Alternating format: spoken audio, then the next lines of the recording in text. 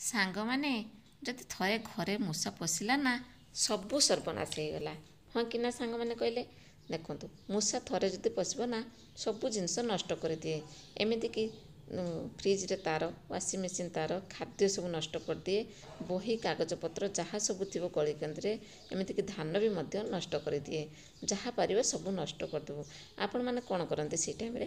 ଆପଣମାନେ କ'ଣ କରନ୍ତି ନା ମାର୍କେଟରୁ ଯାଆନ୍ତି, ଆଉ ମାର୍କେଟରେ ଯେଉଁ କେମିକାଲ ମେଡ଼ିସିନ୍ ବାହାରୁଛି ତାକୁ ଆଣି ଦେଇଦିଅନ୍ତି। ଯାହାଫଳରେ ସିଏ କେଉଁଠି ପଡ଼ିକି ମରିଯାଏ। ଯାହାଫଳରେ ଦୁର୍ଗନ୍ଧ ହେଲେ ଆପଣମାନେ ଜାଣନ୍ତି।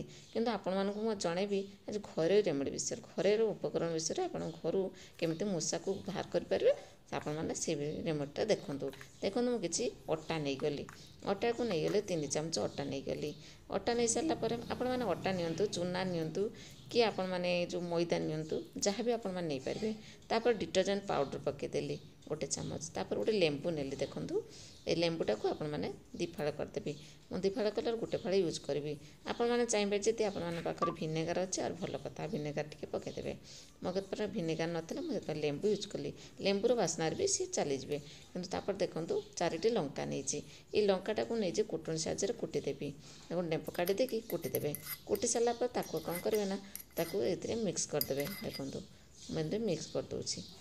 ସର୍ଫରେ ମିକ୍ସ କରିଦେବେ। ଏମିତି ସର୍ଫ, ଚୁନା ଯାହା ବି ପାରୁଥିବେ ଆପଣମାନେ ସେ ସର୍ଫ ମିକ୍ସ କରିଦେଇକି ତାପରେ ଟିକେ ପାଣି ଲଗାଇଦେବେ। ଏମିତି ପାଣି ଲଗାଇ ସାରିକି ଆପଣମାନେ ପତଳା ତାକୁ କରିବେ।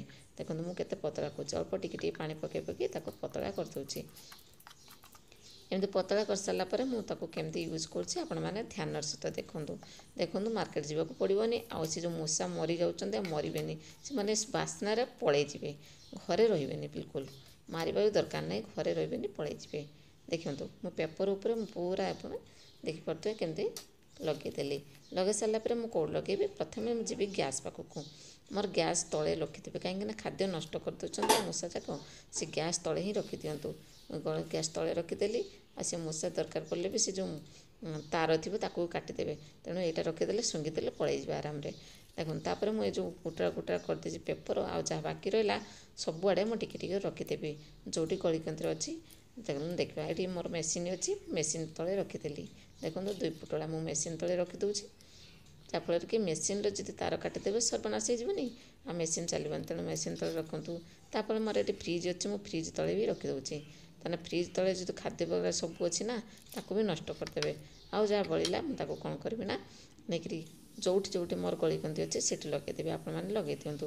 ତାପରେ ମୋର ଯେଉଁ ଗଡ଼ରେଜ ଅଛି, ଗଡ଼ରେଜ ତଳେ ମୁଁ ଲଗାଇ ଦେଉଛି। ଦେଖନ୍ତୁ, ଏଇଠି ବି ରଖିଦେଉଛି କୋଣ ମୁଣ୍ଡରେ। କେମିତି ଲାଗିଲା ସାଙ୍ଗମାନେ? ଆଶା କରେ ଆଉ ଟ୍ରିପ୍ଟି ଭଲ ଲାଗିଥିବ ବୋଲିକି। ଯଦି ଭଲ ଲାଗିଛି ଲାଇକ୍, ସେୟାର, କମେଣ୍ଟ କରିଦିଅନ୍ତୁ ଆଉ ସବସ୍କ୍ରାଇବ୍ କରନ୍ତୁ। ଜୟ ଜଗନ୍ନାଥ।